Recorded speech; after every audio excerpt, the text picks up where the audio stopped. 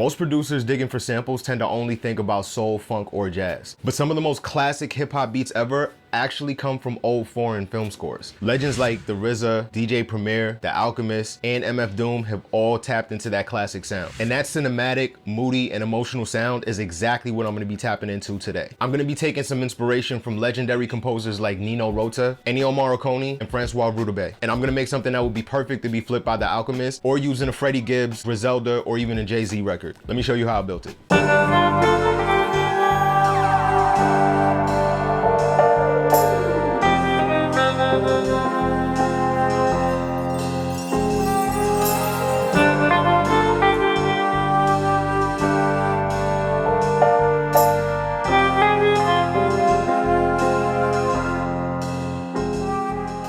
The first instrument that I decided to go with is a piano.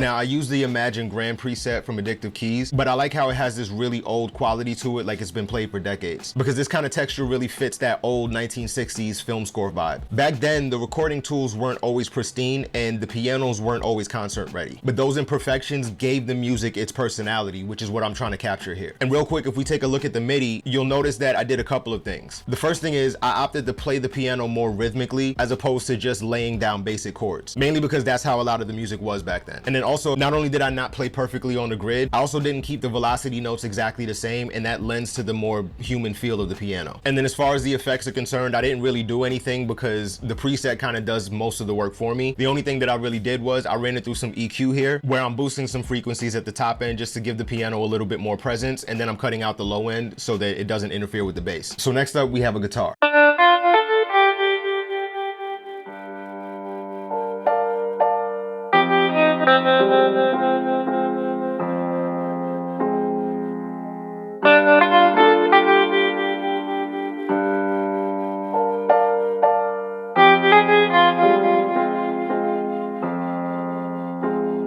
For this guitar, I actually pulled out an old plugin called Sample Tank 2. If I'm not mistaken, I think IK Multimedia might be on version 4 or 5 at this point. And I'm also using Sample Tank to load their old Mellotron library. Now, one of the reasons that I decided to go with this version of Sample Tank is because I really like the old effects that they have in there. For example, this tremolo effect, which is what's giving the guitar that wavy kind of sound. And then I also really like the reverb that they have in there. But if you're trying to make your own samples with this kind of a guitar, you have a lot of different options out there, like the updated Mellotron plugins from IK Multimedia. And if I'm not mistaken, Native Instruments also gives you a vintage Mellotron library with the Contact library. The next instrument that I added was a flute, and I'm basically just using it to back up the guitar.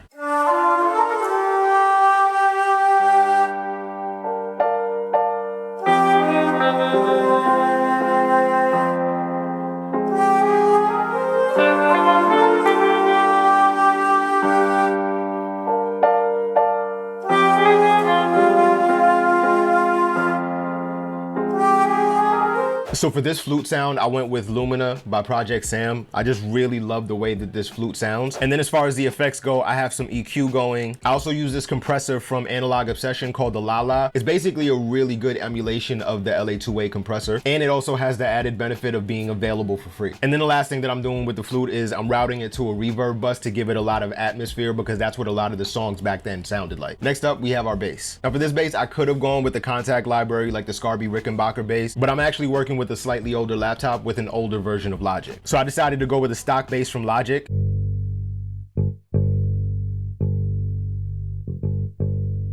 And then I ran it through some processing. First off, I'm using the Platinum Digital Compressor, and I'm not doing too much with it. I'm really just taming the peaks of the bass just enough, because this particular bass preset isn't all that dynamic. Next up, I pulled up a couple of bass amps from Logic. First preset that I used was this DI and Crunch preset. Then I went with this Modern Dynamic preset. And then I pulled up an instance of Amp Designer because I wanted to get the bass to sound a little bit more aggressive. And I went with this Pawn Shop Distort preset. And then the last thing that I did was I pulled up an EQ and I cut off all of the high frequencies because I really just want that low end grit from the bass.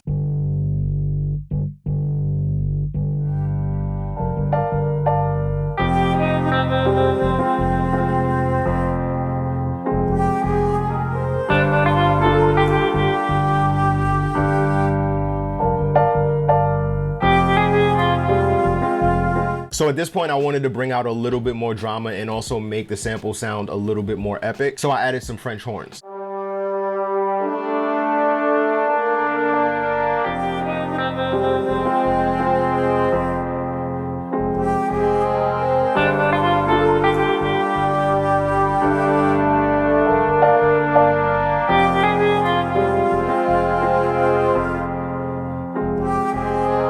For that, I went with the basic Contact library. As far as effects are concerned, I really didn't do all that much. I just cut out some of the low end with an EQ. And then to shape the tone of the horns a little bit, I brought up the red 3751 from Waves. And then I just slightly boosted the high tone about 3 dB. And then staying on the subject of wanting to make the sample sound a little bit more epic, I added a timpani.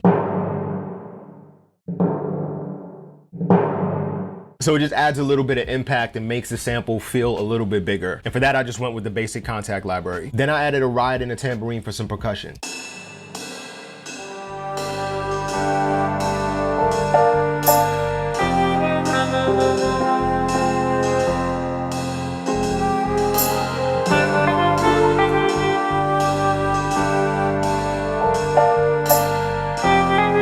So nothing too crazy there. For the ride, I went with addictive drums, and the tambourine I got out of one of my drum kits called Dust. And then last but not least, to add some atmosphere to the sample, I added some effects.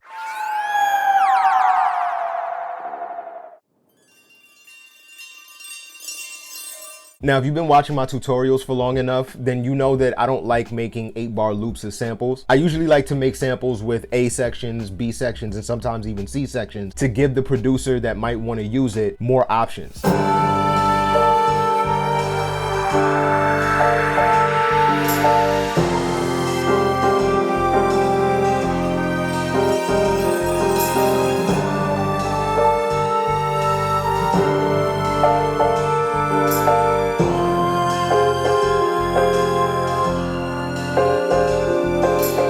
So in the B section, I changed things up, but not completely, and I started with the piano.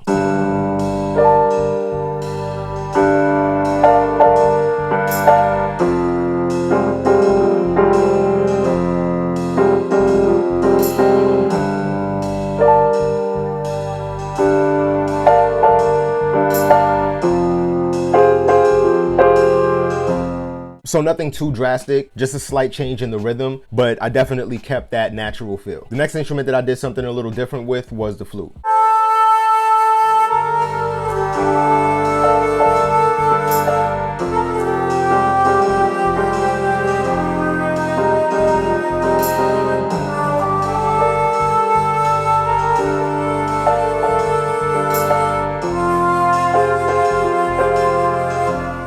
And then from there, I actually took out the guitar, but then I added in a violin section.